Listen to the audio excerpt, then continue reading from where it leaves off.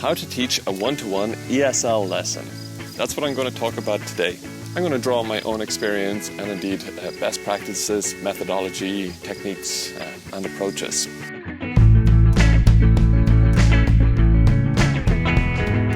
A one-to-one language lesson is very different from a group lesson.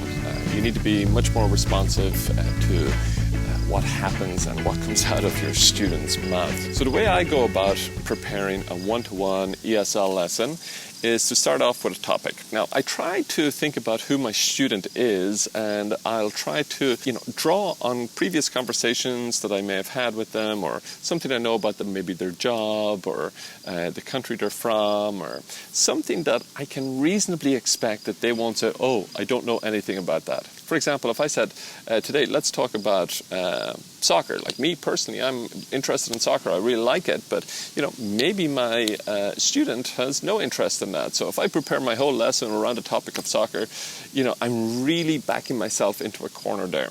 So maybe, I'm doing a one-to-one lesson, and let's say I know nothing about the student, but the minimum I will know is where they're from.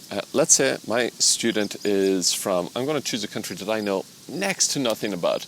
Let's say I have a student from Iran, for example. So so that's going to be my topic. My topic is going to be Iran. And why am I choosing that? Because I know the student is from there, and I know that they will have something to say about where they come from.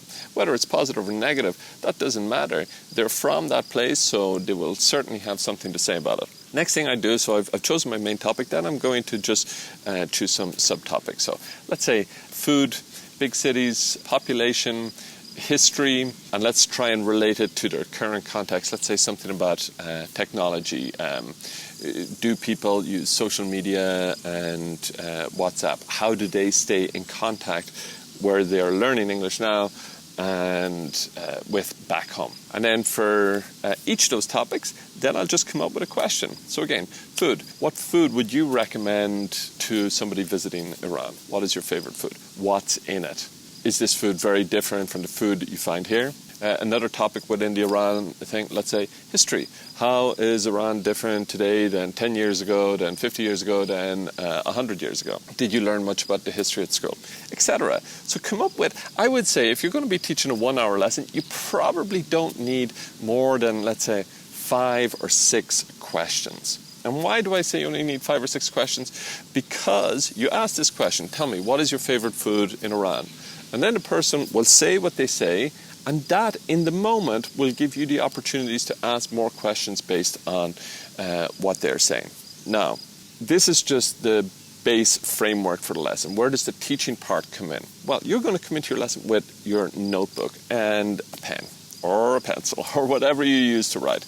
And as you ask the question, you need to listen very actively, but while you're listening, you're taking notes. And you're taking notes of, I would say, 3 things. First of all, you're taking notes of errors, and any kind of error.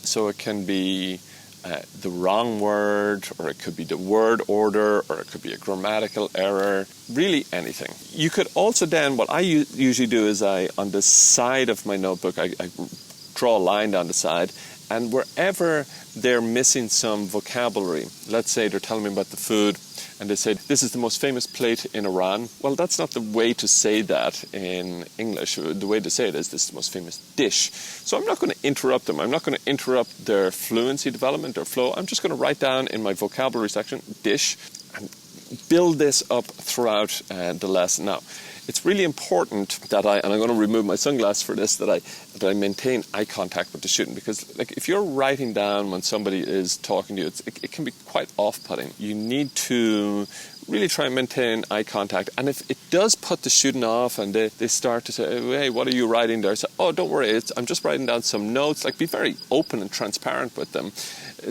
I'm just writing some notes, and we'll come back to these notes a little bit later. But let's continue the conversation. I'm really interested in this dish that you're telling me about. And you can kind of even feed in the language there to see will the student pick up on it, so that when you do come to teach it later on, and you'll have that kind of reference point where they kind of jumped out at them that, oh, I should say dish and not plate. So then, as I say, let's say your lesson is 1 hour long. At about the 40-minute mark, I would try to naturally bring whatever question you're talking about to a natural conclusion. Say, okay, just before we go on, I just want to talk to you now about these notes that I've taken. And you can create a task out of that. Like, for every error, I usually skip 2 lines. So I write an error, skip 2 lines, write an error, skip 2 lines. And then I work on that with the student. I say, okay, have a look at this. Take a minute or 2 at your own time and see which of those can you fix. Which of them can you improve? I tend to use language like that, fix or improve. And let the learner try and figure it out. Now, if they're completely lost, if it's a word order thing, maybe you can put some arrows there to really show them and then, get them to fix it. Maybe they said, this is a food typical. So you put your arrows and this is a typical food. And then that provides an opportunity to do a little bit of pronunciation drilling. So you could say, okay, this is a typical food. Say it with me, this is a typical food. Okay, and you just work through it like that. And then you can move on to your vocabulary. And again, you can say, okay, look at these 5 words that I have here. Which one is the word we would use to talk about a typical food, a nice food from a country? And hopefully, you'll try and draw out that it's a dish. When you're collecting the errors, maybe then you'll notice that there's an error that the student keeps making. For example, just off the top of my head, let's say that they are mispronouncing the ed ending for the past simple or adjectives, and they keep saying, I like it. I like it this a lot when I was growing up, and I make it this. Maybe they're also like getting irregular verbs mixed up. So you can do a whole little section, if you know the language point yourself, of course, but you can do a whole little section then on the ed endings and their pronunciations. So that gives you the opportunity to have this language focus. So far the lesson has gone like this. In terms of preparation, all I needed to do was think about topics and questions. I come in, I got the student talking. They can see that I'm making notes, so they know then that I am actively switched on as a teacher, and, so they won't have the feeling that, oh, the teacher is just keeping me talking here until we get to the end of it. The teacher is actually doing something. Then you have this moment for the delayed correction where you focus the learner on doing self-correction. You can also focus in on a piece of language that you've noticed yourself. And then what I like to do then is take it from the linguistic input or correction to the content, back to the content, so back to the topic, to round off the lesson in a natural and kind of positive way. It could be, have you found any places here in this country where I can find that kind of food? It sounds great, I'd like to try it. And just, or do you ever make this food at home yourself? Or do you think it would be possible to make this food with the ingredients that you can find in the supermarket, for example? And it's a nice way to make the whole thing more meaningful, that you were having a conversation about food, and it wasn't just a vehicle to get at language. No, you're having a conversation about food.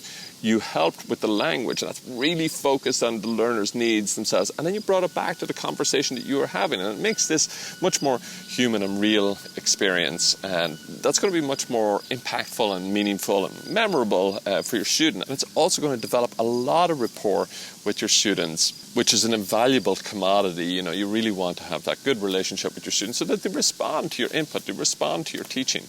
Okay, that's it for today's video. Thank you so much for watching. Please do hit that like, share and subscribe button. It really helps the channel a lot.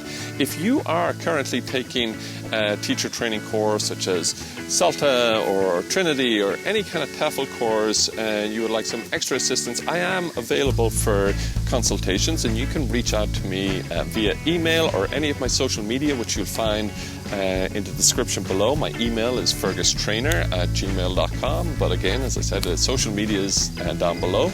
I do also help with preparation for language exams such as the C2 Proficiency, C1 Advanced and IELTS. So if any of those things are of interest to you in any way at all, please do reach out to me and I'd be happy to talk to you about it further. Okay, thanks for watching and see you in the next one. Bye for now.